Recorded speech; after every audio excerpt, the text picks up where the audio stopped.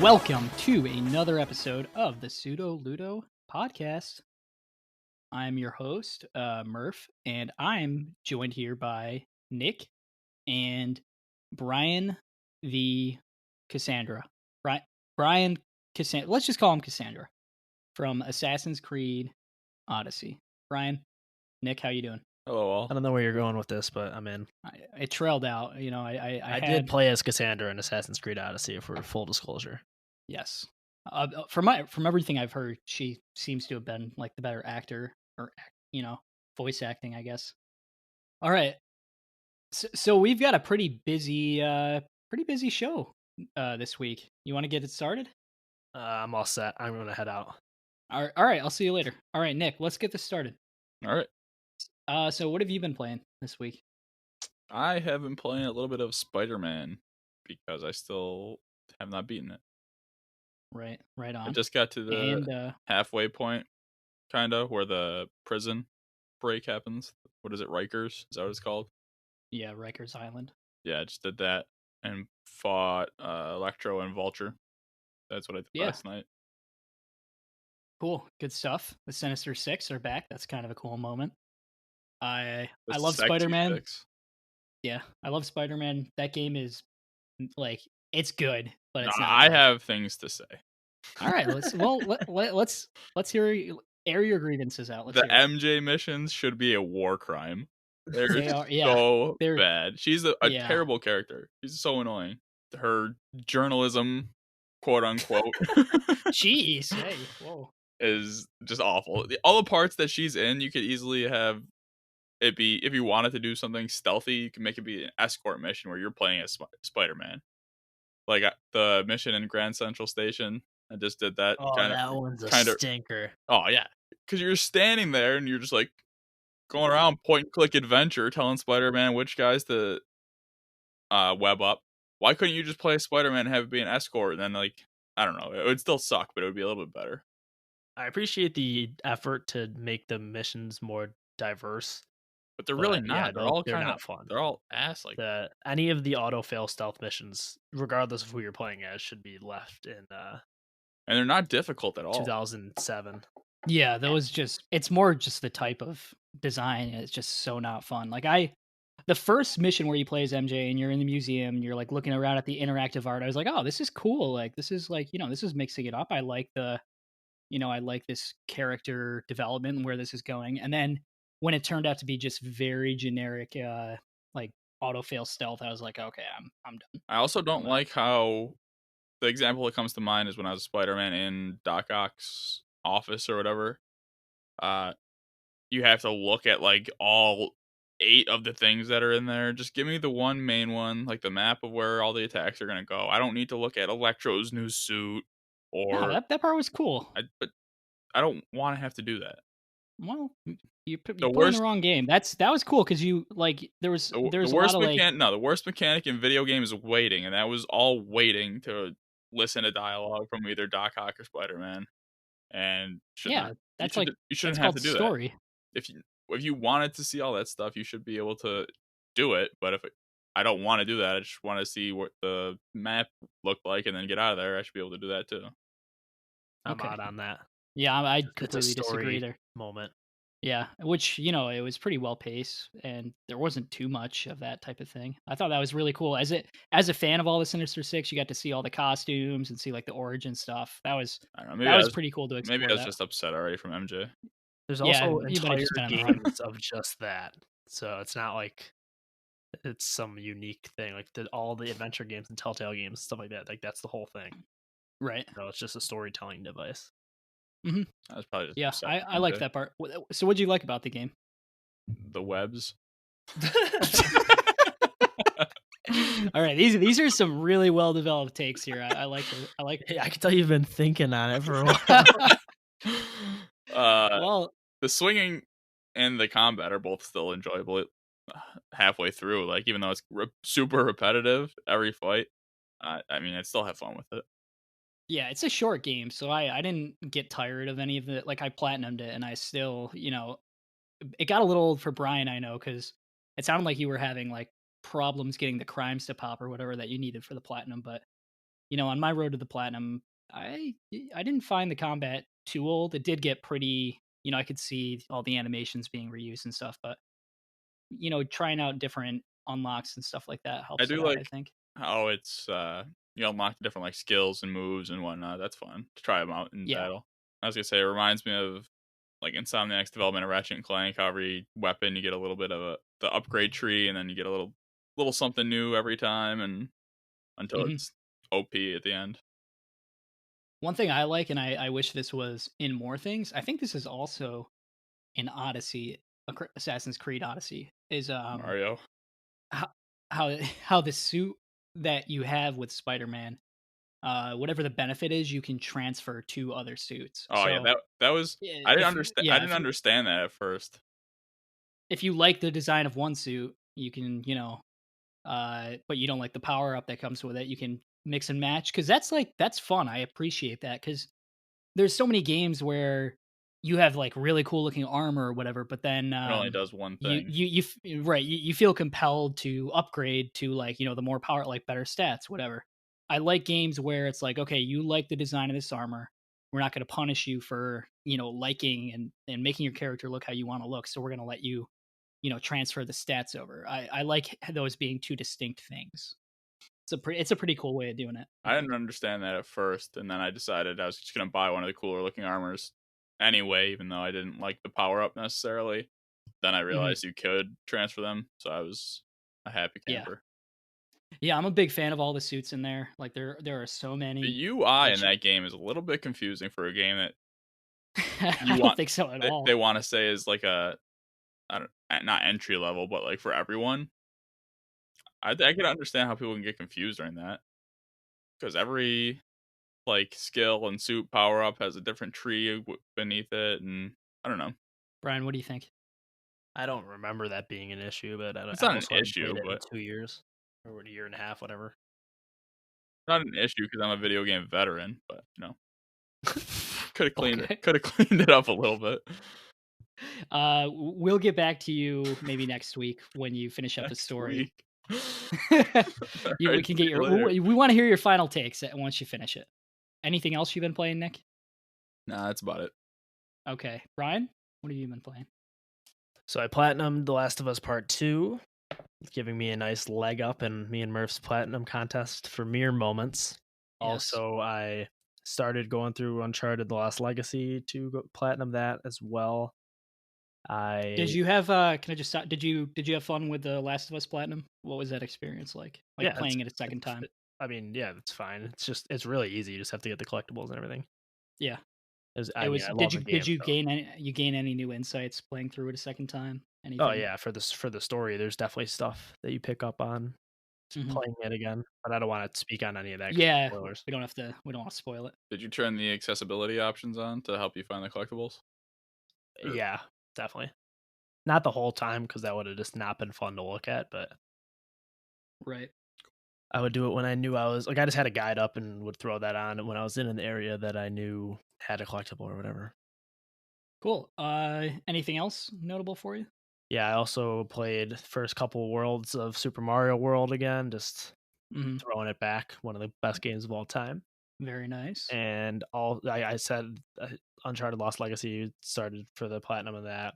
I played Minecraft with you guys, which I'm sure Murph will get into towards the platinum. But for me, I have to wait for the one of the last trophies about playing for a certain amount of time. I'm just leaving my PlayStation on because it's not popping. So stay tuned for how that turns out because not looking promising for me. And then of course, began my playthrough in preparation for Ghost of Tsushima and just doing my due diligence of Sly 3: Honor Among Thieves, also known Ah. as one of the greatest games of all time. Hashtag Is bring Sly there back. uh is there a feudal Japan like chapter in the time traveling one in Sly 4? I'm 90% sure there is, but I've only played that one once. I wonder, I'm going to replay that one after Sly 3 though. do you anticipate there, cuz I know Sucker Punch loves their If they don't Easter put a eggs Sly and Easter egg in this game, it's a oh, fucking 0 out of there's gonna 10. be a Sly callback, you know, If they don't but, have a character named after whatever Sly's poorly named ancestor is, it's we're done. It's over. Sly Kuro, Shadows, I know Sly the twice. Egyptian one is like Sly Tutankhamun, like King Tut. Yeah. Clever Well, stuff, Murph. I bet they'll have something like that. They'll have like a, you know, like the Tanuki statue, you know, that statue. It's like an Animal Crossing, but it'll be Sly instead. That's my prediction. That's my mark it down. That's my official prediction. Yeah, but Sly 3 is amazing, and hopefully one day I'll be able to force you guys to play those games and talk about it with me because they're just as good as I always, always put them in my mind as. They're hilarious, charming, everything you want. Yeah, yeah. I don't think you've actually mentioned them on this podcast yet. No, I haven't. That's why I decided to bring it up Cool. and replay it and platinum them to get a leg up on you in the contest, which has been quite the war as we near the end. Well, stay tuned. Stay tuned. Now, you know, what have I been playing? That's the question everyone came here to hear. All right. Well, that wraps it up. You can find us on Twitter at. All right. So I played. We all played Minecraft last weekend, which was really fun. We beat it for the first time. Nick and I, we've been playing since probably pretty early. Like I think I've been playing since the beta, or at least very close to it. I'm not sure when exactly I started, but it's been over a decade. And same with Nick. And this is the first time that we beat the Ender Dragon. At least that I have. I don't. I think Nick may have. No, I've never done it. Yeah. Okay. I did it on creative just to see what it was like, but we definitely could have done this hundreds of times before, but we just yeah. It's like once we get our house built, we're like, all right, let's start another world, and then yeah, it's always about establishing the base, and once everything's all set up, it's so easy to abandon and just restart. But what'd you think? It was a great experience.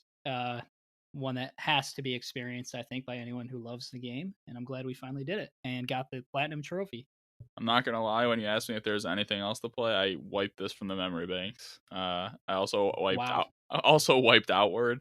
I don't know if you're gonna. Oh yeah, I was gonna bring. Yeah, I'm gonna bring that up. I was like, oh, he wanted me to introduce those. Yeah, okay. I just completely forgot. So. Jeez, man. Wow. You really do have like a goldfish memory. Yeah. So, like Nick just realized, I played Outward.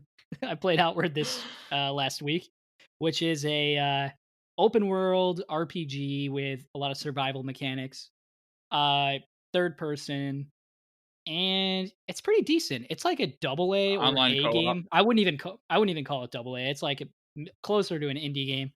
But yeah, online co-op is the biggest feature, and yeah, Nick and I played a bit of that. What'd you think, Nick? I like that, especially for the price point we got it at. It was on sale for $15-$16. Oh yeah, it's definitely worth it. I think the game itself is much less enjoyable not playing single player. I mean, yeah. Obviously, it was way more fun when we were messing around and doing whatever. And it's I'd go so far as to say I wouldn't even recommend this unless you and a friend want to play it, because it benefits so much from the co-op experience that some of the enemies are that really was the most hard. fun I had. Yeah, it's also really hard without a friend, at least in the beginning. But it's cool. It has cool mechanics like when you die, you don't just respawn. Random events occur. So when you die, you could get captured and forced into like a labor camp, like mine that you have to escape from. You could be captured by bandits. You could be rescued by somebody who then like charges you money. So there's all kinds of interesting ways to take penalize all of your silver. Yeah, the innkeeper could take all your silver after you just sold some stuff to get a lot more silver because you needed it. But whatever, I'm not butthurt about it or anything. Right, of course not. So of the two co-op games that we recently played, what do you think is the better game? Well, it's clearly Minecraft, but we may be biased. But I think that's... Oh, yeah, and I played Star Wars Episode 1 Racer, which is a re-release of a N64 and Dreamcast game. And it was fine. Got the Platinum Trophy in it. Didn't really like love it or anything. For a racing game, I was actually pretty surprised how fun it still was. Like it does a really good job of capturing the speed of pod racing as much as I really don't care about episode 1 as far as the saga goes. But you were saying there's an issue with the plat if you didn't purchase everything correctly. Did you have any problems with that, or? No, it ended up being really easy as long as you pay attention to it. The whole thing is like you can't earn more money after you complete all the races. So you can just be locked out if you don't spend it on the right stuff. But if you know that going into it, you should have plenty of money left How over. many hours do you think it took you to platinum? Asking for a friend. Yeah, just out of curiosity, somebody I know wants to know. Yeah, it was probably like a 200-hour platinum, a lot of grind. Yeah, a lot of missables. No, it was probably like I played it probably 4 or 5 hours the first night, and then probably 4 hours the first night, and like 3 hours.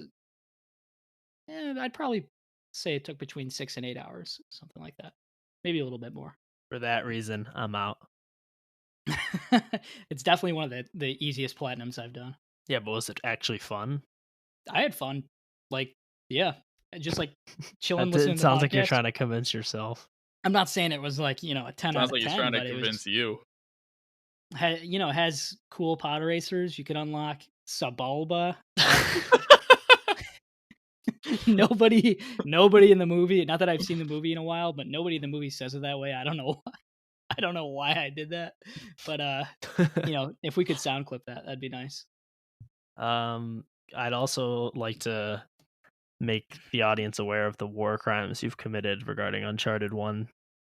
Yeah, my Drake's deception indeed. It's not what it's called, but yeah. I know, but this was a deception regarding Drake. Mm-hmm. Go forth. Oh, you want me to admit what you've done? All right, you stand accused. Put that soundbite in there. Nick knows what that is. Get out of here. Nick, do you know what that is? I'll look it up. No, you won't. It's from Guardians of the Galaxy. Xandar! You stand accused. Because my name's Ronan the Accuser. That would be great if that's all he did was just go to planets and accuse them and then leave. Yeah, well, he's not Ronan the prosecutor, is he? Yeah, well, I don't know why he decides to. He can't do much more when he could have just left after he did his good work. But yeah, you stand accused.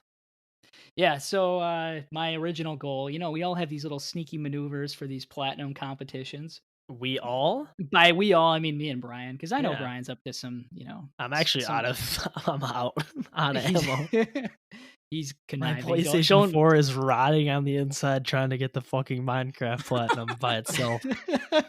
Yeah, so my goal was to have everything done for the platinums for the first 3 Uncharted games, all the collectibles, all the, play on hard mode, all that. And there's a trophy for each of them for using photo mode because it's the new, relatively new PS4 collection. And then on the final day of the contest, which is coming up in a couple months, I was going to just use photo mode on all of them. And then, obviously Brian would have a heart attack when he sees 3 new platinum trophies appear.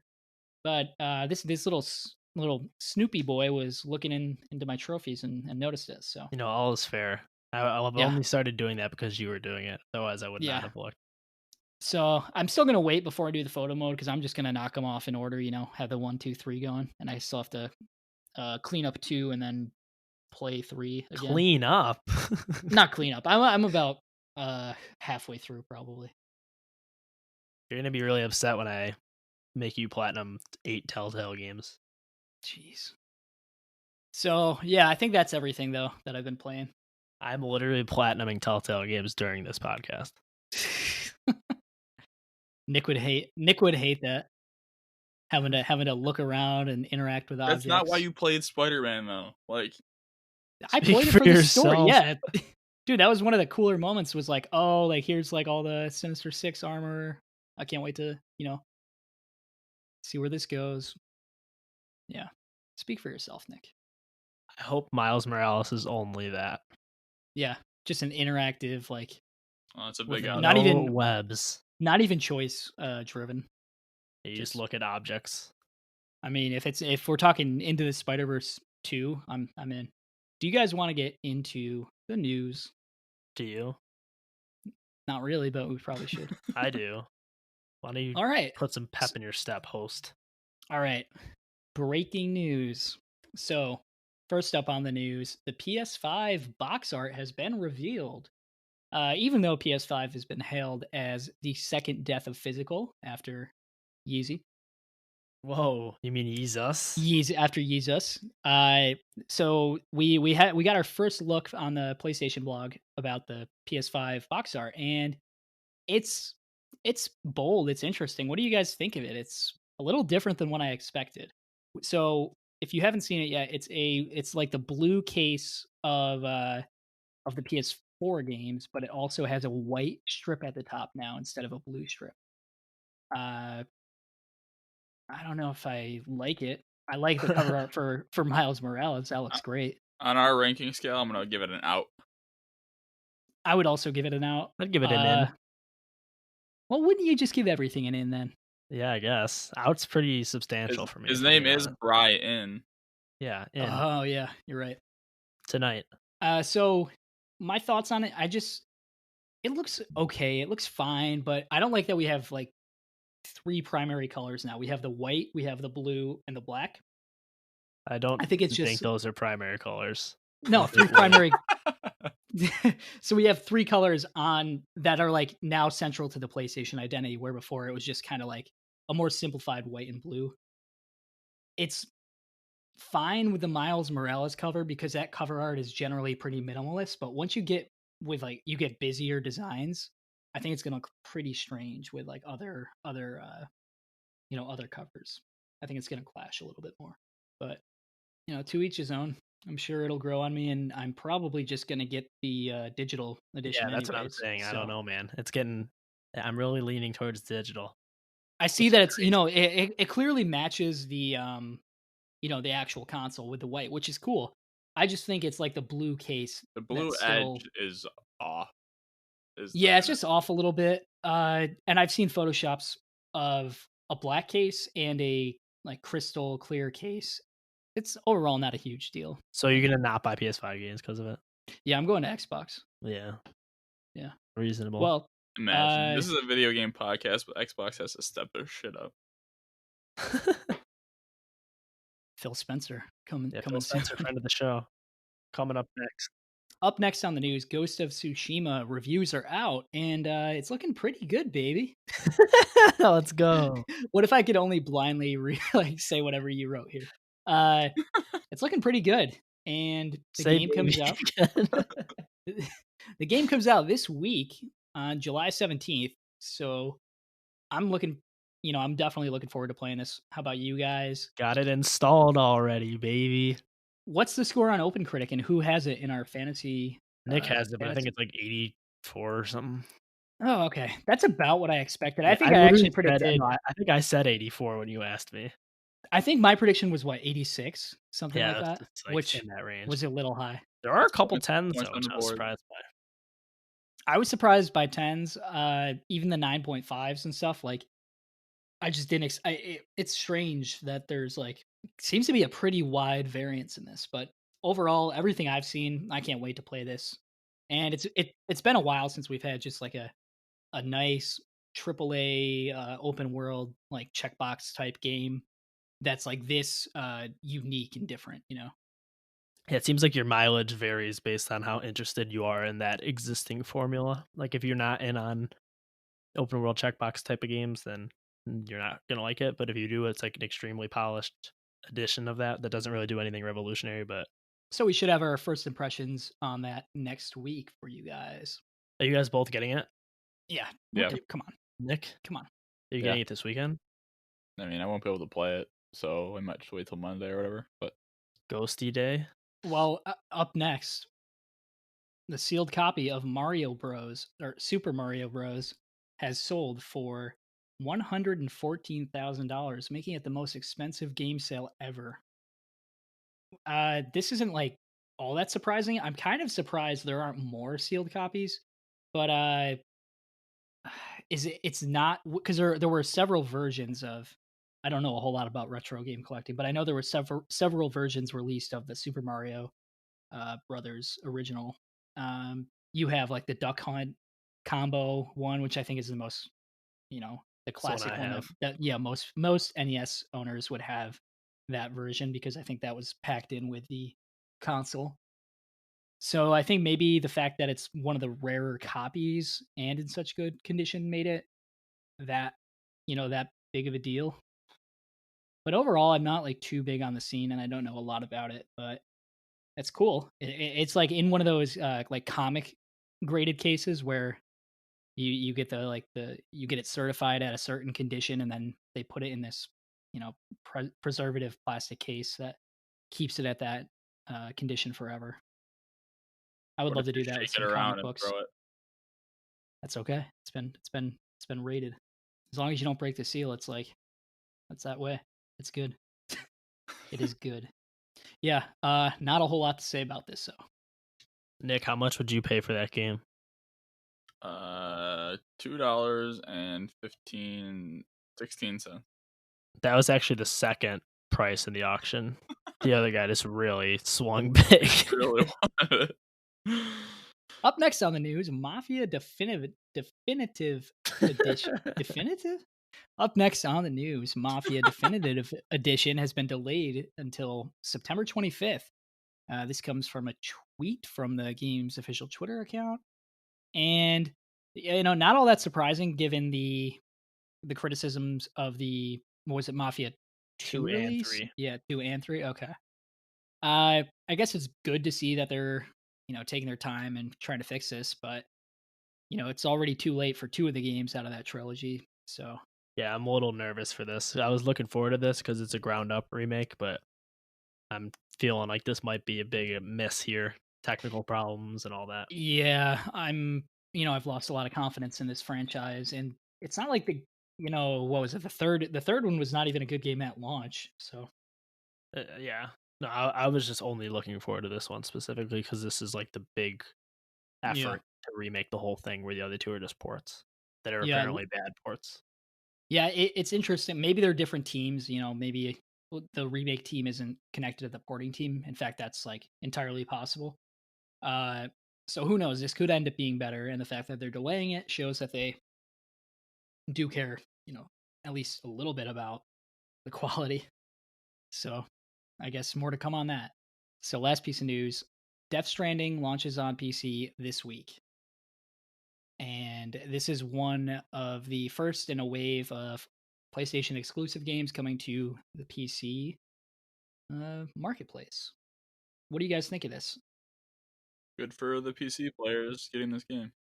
Yeah, it's a great game. Go play it if you haven't already, or even if you have, play it again. Mm-hmm. One of the great games of the generation. Definitely a game that I don't think it's adequate to just look up gameplay. I think there is something to playing it and trying it, and there's like a je ne sais quoi about it that you. The Strand game, you need to be in the moment with other people. Yeah, it's one of the only 2 Strand games that, and totally reliable. Oh, yeah, totally reliable delivery service. Yeah, it'll be interesting to see how it sells on PC as opposed to console, and I'm looking forward to the mods. Yeah, there's gonna be some great weird mods. all those HD scans of Norman Reedus are gonna be put to work in a myriad of ways. I'm sure. Conan O'Brien, we got high resolution scans of Conan O'Brien in there. That game is so fucking good, dude. I wish I had patience to platinum it. I'm sure the internet will use that power wisely. Well, do you guys want to get into the main topic of the show this week? Let's do it. How do you guys say this word? That's one, Ubisoft. Question. You say Ubisoft? I also say as Ubisoft. Opposed to, you don't say Ubisoft? I think you're supposed to say Ubi. Isn't it ubiquitous? Isn't that what it comes off of? Yeah, ubiquitous. Yeah, so up next is or not up next. Man, I'm off my game this week. Not this week. Yo, come on, Nick. So the main topic for our show today is the Ubisoft Forward conference, which... Wait, you say Ubisoft? Sorry, I had to do it. Which we saw this Sunday. Kind of weird. I mean, this is the age of, quarantine now, where conferences are kind of just happening any day of the week now. It's pretty strange. Makes sense for more, since you're not doing an in-person show, you don't really have to worry about people coming there to cover it. You can probably get more viewers on a Sunday than if you were to show it on a weekday. So it makes sense for the streaming age. Sunday's a real E3 kind of day. Are there? Yeah, there's conferences on Sunday, I guess, right? Yeah. Yeah. Okay. Are they usually on Sunday? No, I mean, no. It's like it's throughout the week, but no. It is Ubisoft usually.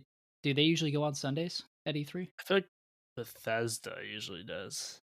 Like, I don't know. I just remember recently there was some on Sundays. I don't know. So they showed off a lot of games. No real surprises, because even the final game they showed, which was supposed to be a surprise reveal, was leaked earlier. But do you guys want to give your first thoughts on this whole conference as a from a bird's eye view? What'd you think of it? I thought it was the most E3 like conference that there's been so far in this summer thing, because they actually took like the time to flesh out some of the games, and that like felt like E3 to me, where they take these 8 to 10 minute demo sections to like talk about what you're actually going to be doing, which I guess they have the liberty of doing because they weren't really revealing anything, but that was good overall. If I were to sum up my opinions on the content in general, basically, in one word, it would be unimpressed. Interesting. Man, you're a hard man to please. First, Spider-Man. MJ really just ruined it for me. All right, let's also for each item give our ranking of either big in, out, or big out for each item shown at the show. Murph, go forth. The patent pending Pseudo Ludo ranking system. Yeah, patent pended. Don't you dare try and steal that. It's like stolen from a common internet meme. Well, up first is Watch Dogs Legion, and this started off with a animated short film that reminded me a lot of Into the Spider-Verse, with its like not cartoony, but like that aesthetic was definitely there. And what'd you guys think of this? It's cool looking, but like this is the type of shit that I think is pretty unnecessary. Like, what is this adding? Yeah, like, this seems like filler to me. It was cool, well done. It's not like it was just like trash, but I felt like padding and like just trying to fill up the time. So I would have cut this if I was the editor. I'm assuming that's gonna be in the game as like a cinematic that plays like probably before you start, because that's a lot of money I think to drop on just a essentially a trailer, because it was pretty high. Assassin's Creed.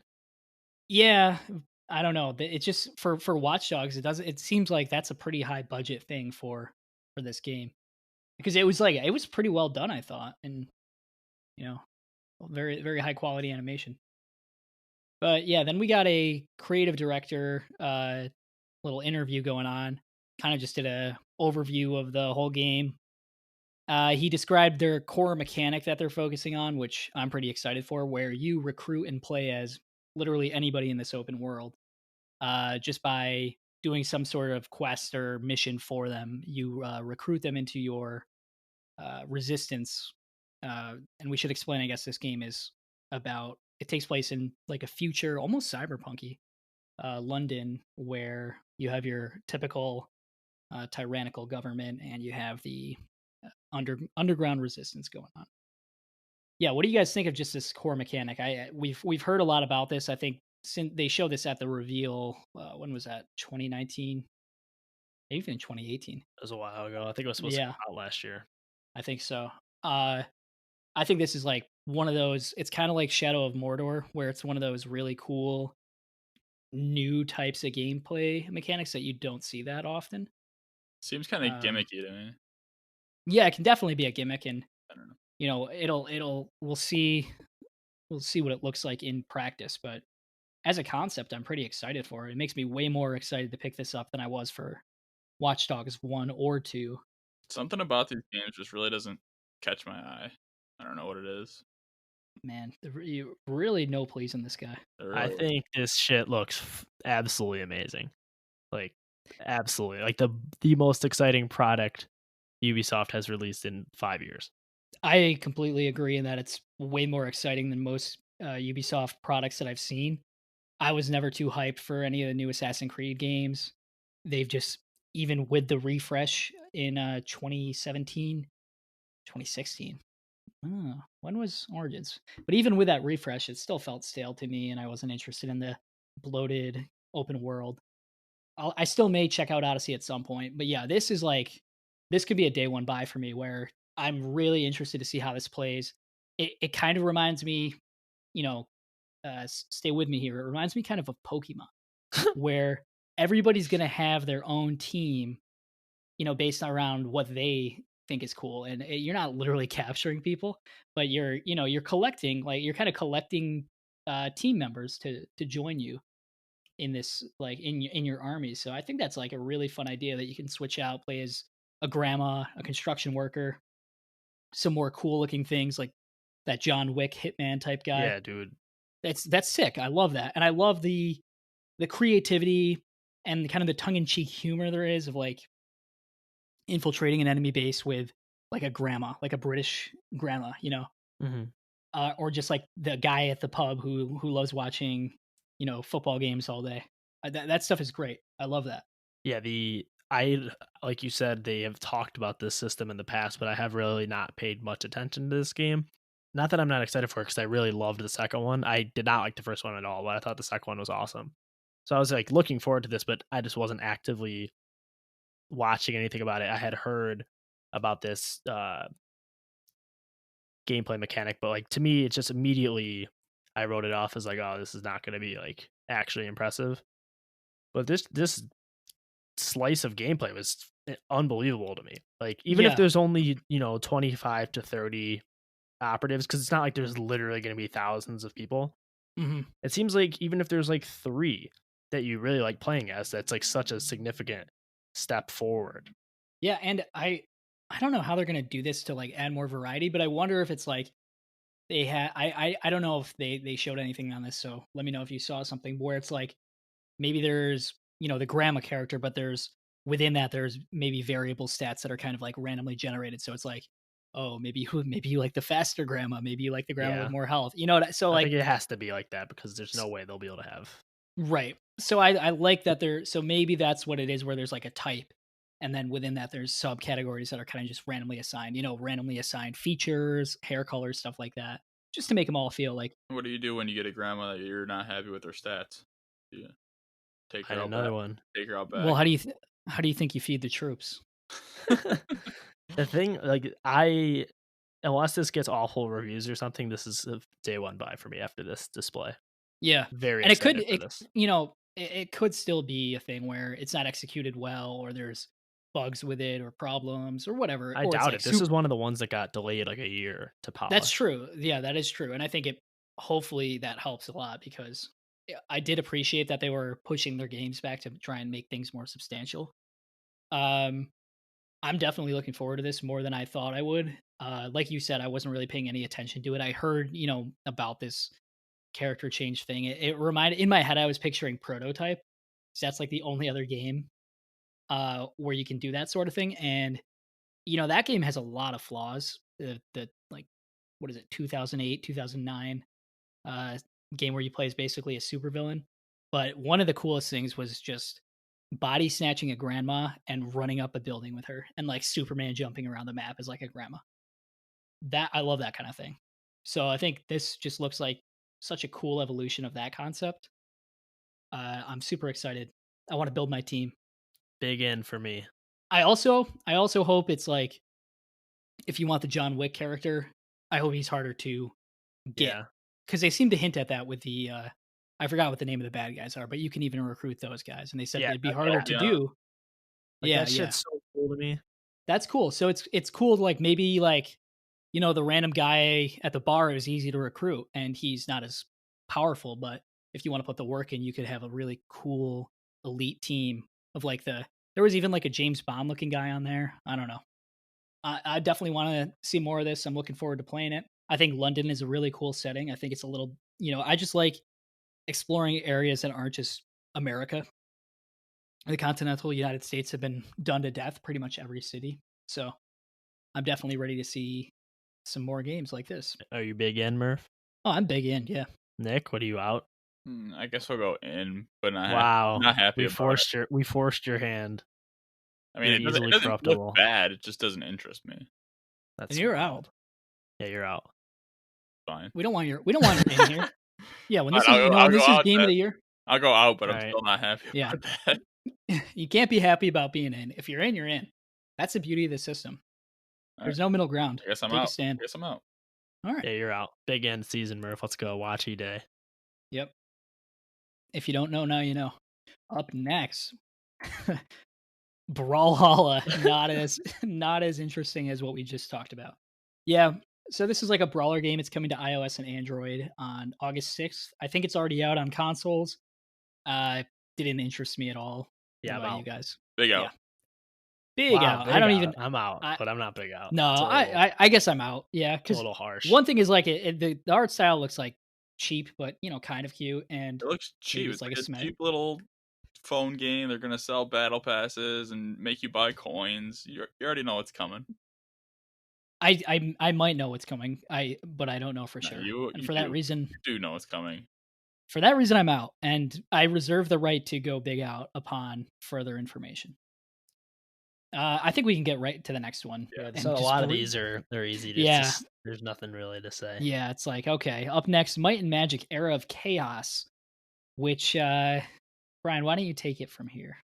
There's nothing really to take. They just showed a trailer showing off all the stats and thanking the fans for how many people have played since the game's been out. This is like a Clash of Clans style game? No, it's like a card game, I think. I don't even know what this is. I'm out. Big out. Yeah, this is just some mobile game garbage. Big out on this. Speaking of mobile game garbage, what's next? Tom Clancy's Elite Squad.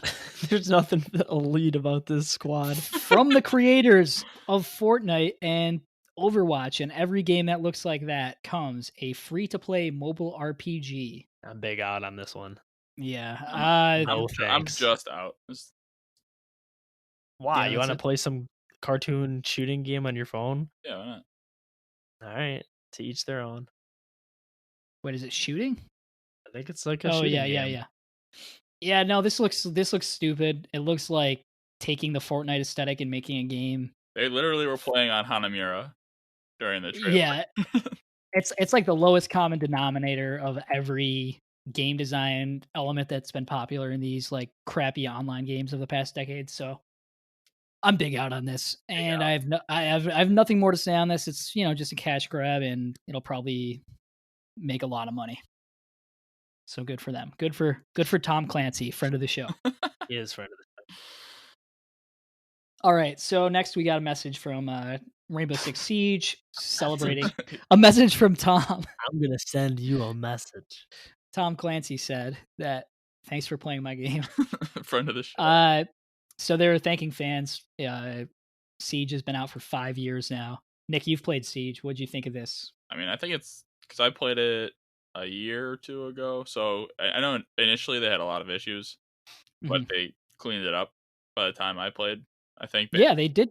This game's generally lauded as like having a pretty poor launch and then digging in their heels and working on it. I thought it was fun. I think it'd be fun if we all played it, but I know you guys won't, or at least Brian. No, I have it on PS Now. So if you want to play, Nick, yeah, we should do that. I'm gonna put that on as download. Why don't we play that? Yeah, fuck you, later? Brian. You want to play tonight, Nick? I kind of want to play Spider-Man, but I gotta. You don't want to play Spider-Man. I gotta read. I also have to read. I also have to read. You want to do an MJ mission? Come on. Nah, you're right. You're right. But you want to do this nice. Talk about the game. It's like a squad-based strategy. Squad-based, like mission multiplayer type thing. Capture the flag, guard the hostage, whatever you want to call it. But sounds like Spec Ops. Brian, you like Spec Ops? I think it'd be really fun if we had a whole team, but how much is a team? 5. You told me about this, Nick, and you said like, and I've just heard great things about Rainbow Six Siege, and I know it's more of a PC centric game. Yeah, and that's always where I am with these games. Like even Overwatch, I love Overwatch, but it's just not the same on console. It doesn't feel as competitive. I stopped playing because the guys I was playing with stopped. They all got PCs and went to that instead of PlayStation. I was done. But there's a kind of a steep learning curve to learn all the heroes and the maps, and it's unforgiving because you die, you don't get to explore the map anymore, really. So it takes a long time to get used to. And the one thing that I don't like about it is how they sell the operators. Like, I get that they are trying to add fresh blood into the game, fresh mechanics and stuff like that by adding different guys and different tactical equipment, but having to pay for that I think it's like 3 months, you get two new operators. I don't know. And does that change? Does that affect the meta and stuff? Like, yeah, you're playing. Yeah. Oh, okay, yeah, I'm not a fan of that. Like, one of the best parts about Overwatch, say what you will, the loot boxes started a whole trend, which was really horrible for the industry, but they had these free content updates that were very substantial that everyone got for free, and that's keeping everyone on the same playing field. Overwatch loot box didn't affect the meta; it was just skins and stuff. Right, and obviously, ideally, I would want that to be some thing where you earn that in game, but also I'm not expecting developers to continue supporting an online game years after it came out with no further financial incentive. So I think the Overwatch cosmetics thing was a good way to do it. I do think the loot box design specifically is pretty predatory and clearly, is predatory towards people with like who get addicted to that. So I think ideally for online games, it's more like, release it and have cosmetics for sale, whatever. But don't do it in like a, really, evil way, like a loot box. But Nick, I'm downloading Rainbow Six Siege right now. Brian, you better download it. Download it when we're done. Do you have PS Now, Brian? Yeah, I'm not playing this though. No shot. Jeez, come on. Oh, I'm Brian. I'm scared of multiplayer games. Yeah, come on. I got plats to get, King. All right, I don't have time for this. Yeah, I probably has a plat. Scheming. Yeah, it's probably impossible. And I'm also out on all the operator shit you were just talking about. It sounds miserable. Yeah, I'm big out on that. Sounds like there's going to be people that are just have the best operators because they paid for them or whatever. I'm not buying anything. Yeah, no, I mean, if it's not balanced, that's not a good thing. But I would assume if it wasn't balanced, I would have heard outrage about it being. I think they do. I think they do come out with the operators, and they're super OP when they come out. Just so people, do they? Just so people buy them, but then yeah, that sucks. But this has been a game that I've wanted to try for a while because I've just heard so much about it. So yeah, I'm gonna try it out. All right, up next. That was a long discussion about a very small portion of this conference, by the way. A game that's 5 years old. Up next, from the developer that apparently only designs games around focus groups of Zoomers, we have Hyperscape, a battle royale, and it. I'm out. I'm just gonna say I'm out on here. Big out on this one. Wow, big out. Yeah, wow, they're 6 years behind on a 3-man battle royale. Yeah, so here's what we got. Here's what we got. If you wanted to do 3-man. A 3-man. Don't worry, it's okay. Calm down. No, it's not okay. I mean, no need to get so mad. Those games still put up numbers, though. I don't think it's too late. Yeah, I don't think it's too late. The sphere, especially with a new console generation coming out. Okay. I'm gonna take you through, Nick. We have a cinematic trailer. We have an interview with the French creative director. I'm not gonna try and pronounce his name. Seems like a nice guy, friend of the show. And friend of the show whose name you can't pronounce. And he seems like a nice guy. Tentative friend of the show. We are willing to extend the offer of friendship. Anyways, we have some info about the game. Takes place in the future, in a battle royale where everything is orange and blue, which is obviously the best colors for marketing and, most pleasing colors. So that's why you see it in all those movie posters for blockbusters. Whenever I see I'm going to be real with you guys. Whenever I see a game that is primarily orange and blue, I automatically write it off. Okay, why don't you just at Ratchet and Clank then, Tim?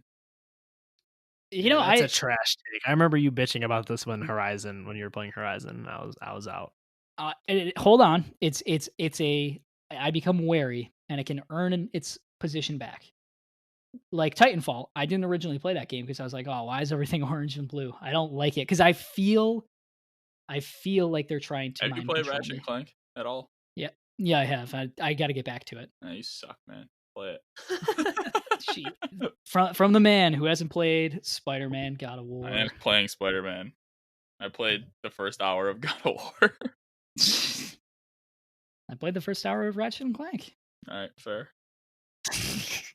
You've reached peace has been reached between our peoples. We're like a Venn diagram because I've played both. Wow, that's why you're the best, Brian. I'm big in on you. So this is a free-to-play first-person battle royale. The only thing that seems cool about it, and every battle royale has to have a gimmick now, is there's like a voting system, and it can change something on the map. It can change the gravity, stuff like that. That sounds cool. And who knows, if we all want to give it a try someday when it comes out, I'm willing to give it a try. But I really I don't pay too much attention to new battle royales these days, just because, there's not a whole lot to care about, honestly. Yeah, they need to innovate with this. I don't care. There's too many of these, and I already got bored of the ones I did like, so. Yeah, I agree. I'm Mr. Love Battle Royale, and I'm not even gonna look at this ever again. Look at it. I did watch a streamer play. Well, it was a YouTube video of a streamer, and it just does not look. I don't know, man. Maybe I'm just old and grumpy now, which is 100% true. But what happened to the good old days? Season 4 of Fortnite. The good old days? That was like 2 years ago. Yeah, the good old days. Those were good old days. Season 4 of Fortnite was undefeated when we moved all those TVs in the living room of the house. Oh yeah, that was lit. I feel like that has more to do with it being new than anything else. No. Up next, we had a visit from our friend over at Xbox, Phil Spencer. And he talked about smart delivery for the millionth time. Guys, what'd you think of this? Phil? Friend of the show. Take it away, Phil. Nick just edit some Phil interview in there. Make it seem like he was responding. This is such a scripted little clip of him. He was like, "Oh, I love Assassin's Creed Odyssey." Yeah, if you look at the Morse code, he's actually blinking "Help me." He was blinking a lot. The comments pointed that out, and I was like, "What's going on here?" Yeah, he's trying to send a message. Or yellow if you're in trouble. Yo, come on. All right, we can. Any thoughts on? Are we big in or big out on? We're big in on Phil. Yeah, I'm big in on Phil. I like Phil. Phil's and a friend of the show. Yeah, he is. He's actually going to be on next week's episode. Let's get to wait. Hold on. How much? If you had to get Phil Spencer on your podcast, your life depended on it. Like, how many days do you think you would need to get him on? 30. What? Really? 30? Okay, we'll get it done then. Your date. You're on the clock. Me and Murphy. I don't know. Can I tell him my life depends on it? No. Then he probably will never come on a podcast with me. Well, you're the one. First, I'll romance him. And then... That's the strat you go with. Not like it's like an RPG when you level up charisma all the way. Nick chose the romance dialogue option. Speech. Podcast question. Shall we get into the meat of the episode? We just did. Phil senseless. Yeah. All right. Yeah. So up next, Assassin's Creed Valhalla. We saw more from this game. Phil Spencer. We had an interview with the producer. We had in-game footage, and we got a release date. This is not the first time we got a release date, though. Is it? I don't know. I don't think. This might be the release date. I'm pretty sure it is, but regardless, there is a release date. I'm gonna start off right here, guys. Do you think November 17th, 2020 is the day November that 20th. next? What? Yeah, it says November 17th. Yeah, no, I'm saying November 20th, 2020 is when the next gen will come out. You think this is going to come out 3 days before next gen consoles? Yes. Okay. You heard it here first, guys. Go get your pre-orders up. That was the date I picked for our draft too. And, okay. And Cyberpunk comes out November 19th, which is a Thursday. Like something's going on. Yeah, you might be right. Well, good for you if that's correct. So, what'd you think of the interview? What'd you think of the interview with the producer? I think this game looks cool. It sold me more than I would have thought. I would say I'm in. but at the same time, I'm not sure if I'm gonna get this. There's no chance I get it day one just because next gen and Cyberpunk and Watch Dogs is a month before, but maybe next like summer. Mm-hmm. Because Yeah. the next game, Far Cry 6, comes out in winter, and or in February. I'd rather get that than this. So we'll get more into the footage and stuff. I think I'm in for now, and it's on the low end of in, but I can't specify because it's in, big in or out, so it's in. More in than I've been for an Assassin's Creed game in a very long time. I like the Viking aesthetic. I like old English things in general. So I think this is really cool. Beowulf is like a really cool story, and you actually don't see too many Viking things, at least up till now. Kind of gory. God of War is kind of Viking-y in its aesthetic. So this, I'm excited for that. I still will have to see how it reviews and how like the microtransactions and all that come into play, because we know that's going to be a big thing in this. I don't want artificially inflated gameplay with the XP boosts and stuff that you can pay to speed up how long it takes to beat the game. I think that kind of thing is just ridiculous. It's not an RPG if you can spend money to increase your experience. That's not, to me, what I want in an RPG. Yeah, I agree. Because that fundamentally means they're designing it to be longer than it needs to be in order to incentivize purchasing that, which is just like bad game design. And no matter how good the package looks, and Odyssey looks beautiful, right? It looks amazing. The exploration looks cool. I just can't buy into that core aspect of, that crucial thing missing of deliberate pacing. So I kind of want to see how long the game is. I don't need all the fluff, all the bloatedness of these previous games. I'd much rather have a more deliberately designed, deliberately paced RPG. I don't think we're gonna get that. But who knows? Everything else looks cool. I'm very excited for, the weapons. The dual wielding weapons looks really cool. You can have like Mjolnir type hammers. You can have shields, swords, axes, all that stuff. You have a bow. Looks great. Every game looks less and less like an actual Assassin's Creed game where you play as an assassin. Like, I've never heard of a Viking assassin before, but whatever. I've had that talk before. It's like they should, they only call it Assassin's Creed now because of the branding. It's nothing. It has nothing to do with assassins and Templars anymore.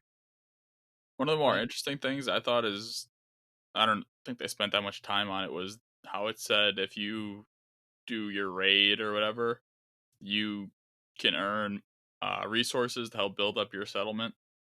Yeah, or you could buy those for some Helix credits. Yeah.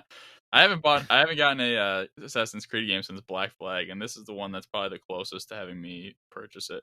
Definitely not going to be day one though. I agree. I've played games since Black Flag, but this is the one I've been most excited for.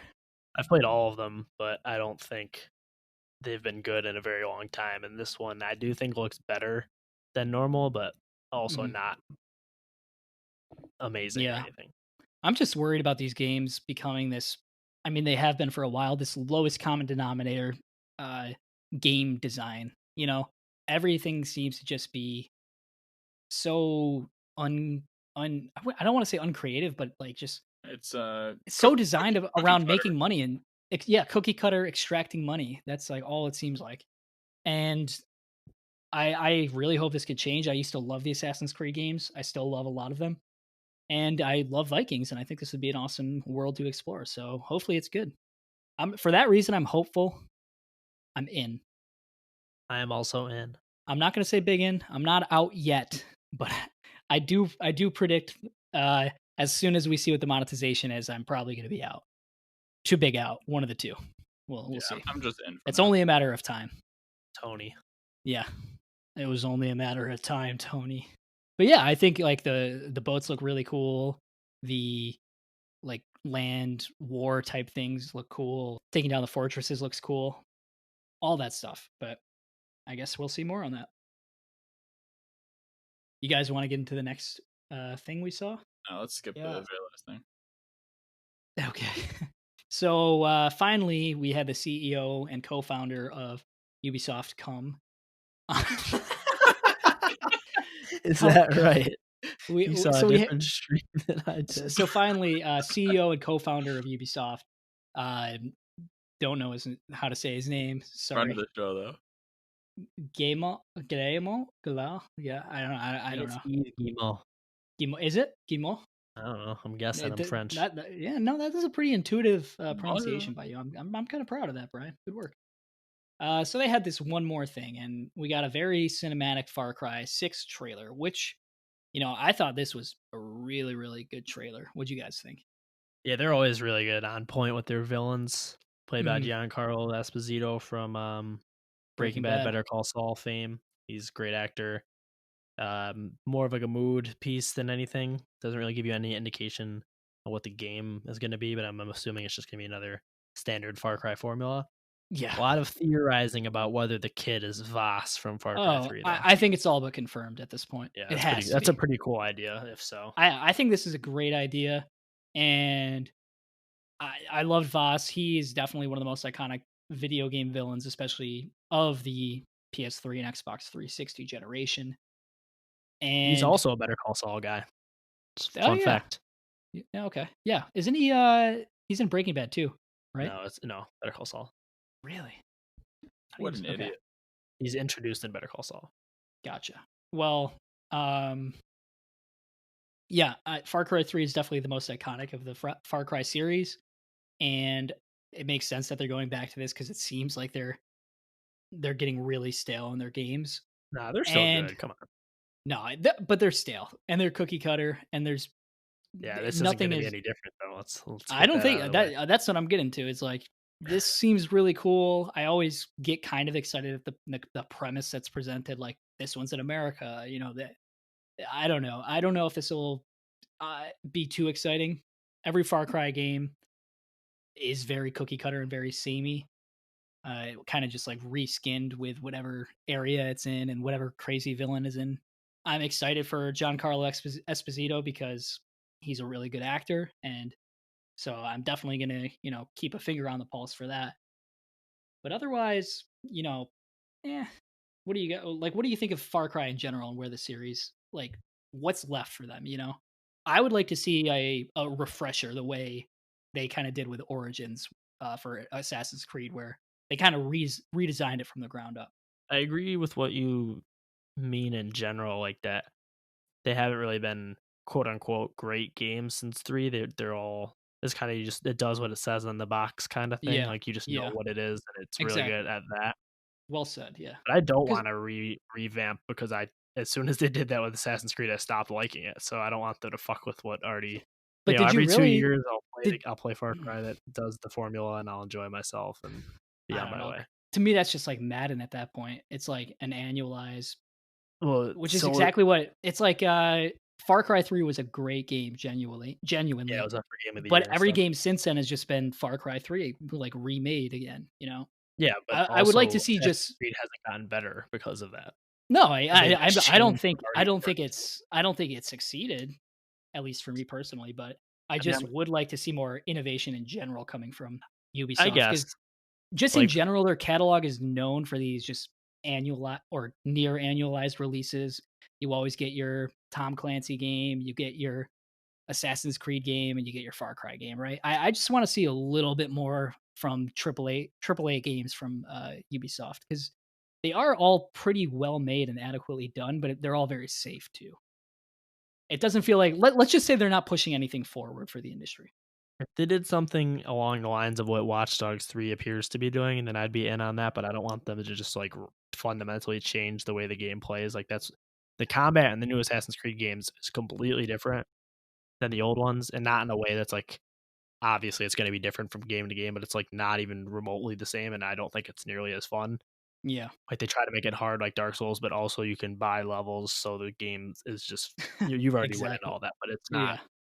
No, that's a total misstep. Yeah, been significally worse since Origins, which I know that's not. Well, I'm not. Yeah, take. I don't want them to make it bad. Like, they, you know what I mean. I don't want them to just load it up with microtransactions, but I do want the way the original Assassin's Creed in 2007 and then Assassin's Creed 2 literally pushed the industry forward and pretty much brought a whole new genre to light in this open world tower exploration game. That was huge. That was a big change. Far Cry 3 was kind of like, in terms of like an immersive sim, I know Far Cry 2 before it also had, the fire spreading and infiltrating the outposts. Like, these are really innovative ideas and they were executed really well. And everything's been executed well still, but the ideas aren't there anymore. And that's why I'm excited for Watch Dogs, because it does seem like it's a new idea. So, if these are just going to be the cash cows, so be it. And maybe the innovation will come from elsewhere. I do just miss when, new games were being made from Ubisoft, new types of games. Fair enough, but at the same time, I do think there is a comfort in games that are checkboxy. Like Ghost of Tsushima is probably just going to be like this, and I'm very excited for it. So I know what you're saying, but I think there's an argument on both sides. Well, that's like the genre as opposed to like Ghost of Tsushima seems like it's actually going to innovate a lot with the beautiful visuals and lack of UI.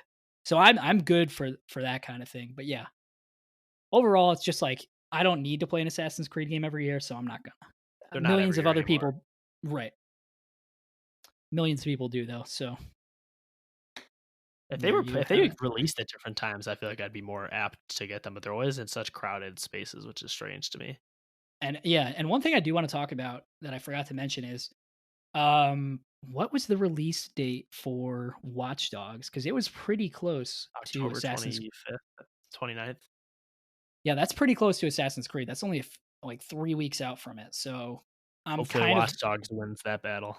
It won't though. I'm kind of worried it's gonna for be like Titanfall 2, where it's actually really good, but then they scrapped the whole franchise because they did that with Titanfall and Battlefield. I'm worried it's going to be a Titanfall situation. What a stupid Titanfall. Yeah. No. Titanfall 2 is one of the best games of the generation. I get these aren't the original release dates and everything, but like really 3 weeks apart from these huge games. Like, but at the same time, I have Watch Dogs Legion for Open Critic, even though there was no year listed for it, so I took a big W here. Yeah, good for you. That could be that could pay off. Who has Assassin's Creed? Do you have that too? I think Nick does. Oh okay. God, I have Call of Duty. I have Call of Duty, which is still not announced, so that's good. One thing I'm excited for about Far Cry 6 potentially is clearly if it's about a prequel about young Voss, it's going to take place in the past. It looks like maybe the 60s or 70s. I'm not quite sure. Yeah, that'll be cool. It's a period piece. But yeah, period piece, that's an easy way to shake things up, and I'd be pretty excited for that. That's a good point, because except for Primal and New Dawn, which don't really count, they're all modern day. Yeah. So it'd be cool to see like different types of guns, that kind of thing. Music, different vehicles, and obviously, great. If they have like great music the way Fallout had great music from the 50s, I'm in. Yeah, that'd be awesome.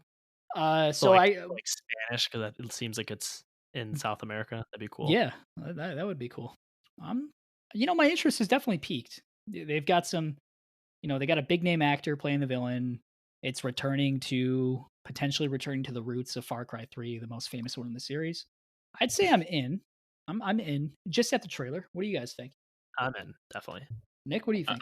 I would say in, but I have not played a Far Cry game, so my opinion doesn't matter. What do you guys think about how they're still, the naming convention is still the number at this point in the series? Seems a little strange, right? That they're doing that, especially with the next gen. Like, when you want to not have a 6, like when that, I feel like that puts a lot of people off. They're like, oh, 6, like I have to know, even though they're not. They don't right. It is kind of like mixed, especially with this one being allegedly a prequel. It doesn't really make a whole lot of sense if it's Far Cry 6. Yeah, that's a good point. And I just wonder how long they'll do that. Far Cry 15. I do think that to me indicates that this isn't going to be a huge change or any deviation, and I think it's going to be kind of a current gen style game, because I mean that's what it is, just at the end of the gen. It doesn't feel like it's going to be a huge jump forward, I guess, for the series. I doubt it will be, but I'm still probably going to like it. So yeah, it could be. It could be fun. They are always like entertaining for what they are. You know what I mean? You can put one of those on and have a good time, listen to podcasts. No doubt about it. If I were to buy one right now, which one should I get? 3. I just played 3 last year, and it holds up fine. I've played all of them except for, I played New Dawn, but not, so I played all of them except Primal, Sense 2, and I've enjoyed all of them. So even when they become sort of, it's the type of thing where before Creed did their whole revamp, you're basically buying the game for the setting, not for the gameplay. Like, you know exactly what the game's gonna be, and your mileage varies based on how much you think the setting is cool and interesting. Like, I liked Far Cry 5 more than I probably would have if it was another setting, but just the whole America set in America and there's like a cult like that. I found that very interesting compared to Far Cry 4, which is in the Tibetan mountains and just wasn't as cool to me, wasn't as atmospheric and all that. So I think that's basically what you're paying for is the switch in setting more than anything. Yeah, I agree. That's why I went for Primal, because I was like, oh, I've never played a caveman game before. That's kind of cool. And it was kind of cool. And that's it. So we're all in mostly. How about for the whole thing? How do we feel about the conference in general? Yeah, that's a tougher question because and also I'm out on the conference. We should know that there's gonna be more apparently. Yeah. So who knows? Maybe we're gonna get some new. If I had to guess, this is kind of the focus here is on games that are coming out soon and games to be hyped for immediately. Within the year or two. And then in this next conference, it doesn't have a date, which is interesting. We're probably going to see some projects for the future for the next generation consoles. Which that could be, that could be cool. That could address everything I'm saying here about Ubisoft being stale. Like maybe they have some cool new IP they want to show off. I don't know. They did. What? They didn't. That's me from the future telling you. They did not. Gotcha. Thanks for that, Brian. All right. Yeah, I'd say overall, I'm in. I'm in overall. Because I usually don't care. Maybe it's just that usually I'm watching this in the context of E3 and I'm like, okay, I just want to see PlayStation, the first party games, all that. Maybe that it's on its own and I'm focusing on that alone right now. And it has my sole attention. I'd say I'm in.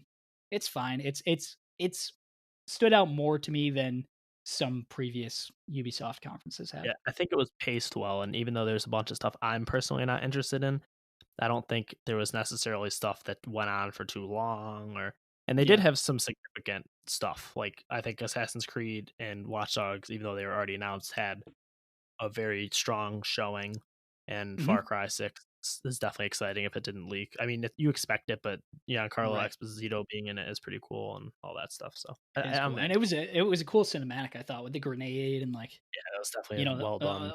That was beautiful, I thought. Intense. It was very. If that's the vibe they're going for in the story, I'm all in. Yeah, it'll probably just be, his really dark. Yeah, but like it's not going to have the like cinematics like that every. Oh, absolutely not. They're not trying to drop stats. You're going to infiltrate the enemy camp. You're going to hear him on the speaker. Like, hell yeah, get hype. Attack. $200 ready, Murph. Oh, I will get your microtransaction money ready. All right. Well, is that all we have for the week, guys? There is one thing, one very important thing we have to mention. Okay. Is that Big Daddy Josh Allen has a 99 throw power in the new Madden, highest in the league. Oh, yes, we forgot that piece of news. That news item. The most important. Get the new Madden. It looks. Nick, what's your take on that? The new one or just the grading in general?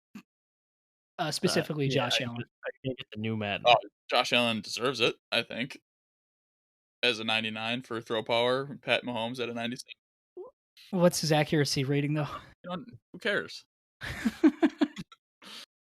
He can throw it. He can throw it outside the stadium, but not to. There's 4 players in the 99 club this year, which are like the perfect players, quote unquote.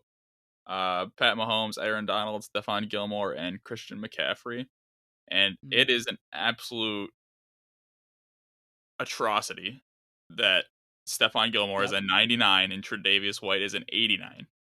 He's a what? Yeah. He's an 89? He's an 89. And that's You've got to be kidding me. He's not even the best player on the Bills.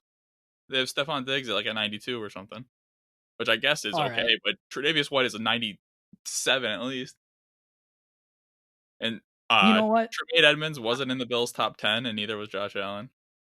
which went down to 80. So I don't know what the Can we get Bill Belichick on the podcast? Because I have a question for him. How much did he pay? How much did he pay to make Gilmore 99 and put our man Trey White down to 89? That's criminal. They have Gronk as a 95. Dude hasn't played in a year and a half. Dude, that's just the hype is. Oh my god. Yeah. Joke's on them. Trey White could have been on the cover. Should have been. Not really. Pat Mahomes. And yeah. Well, you know what? Guess who's going to be on the cover next year when he wins the Super Bowl? Phil Spencer. Oh man. Yeah, we're just gonna leave it at that then. Yeah. All right. Trey White, Phil Spencer, both friends of the show. We will see you guys next week. Nick, where can they find us? They can find us on Twitter at Pseudo Ludo Cast, and they can find us on Instagram at Pseudo Ludo Pod. They can also search for us on YouTube if they want to listen to our stuff more than once. And on a video platform. Even though it's just a still thumbnail. All right. Well, we'll see you all next week. All right. Goodbye. Bye. Bye. Bye. Phil Spencer. I'd rather have Papa John than any amount of listens. Bro, I don't know what has happened since the quarantine, but my street is just a fucking drag race now. It's like every 20 minutes. Mad Max out there. It really is like, yeah, they were spraying themselves with spray paint, screaming, "What a lovely day!" It really is. Oh, there's a bug in my room. I'm just gonna try.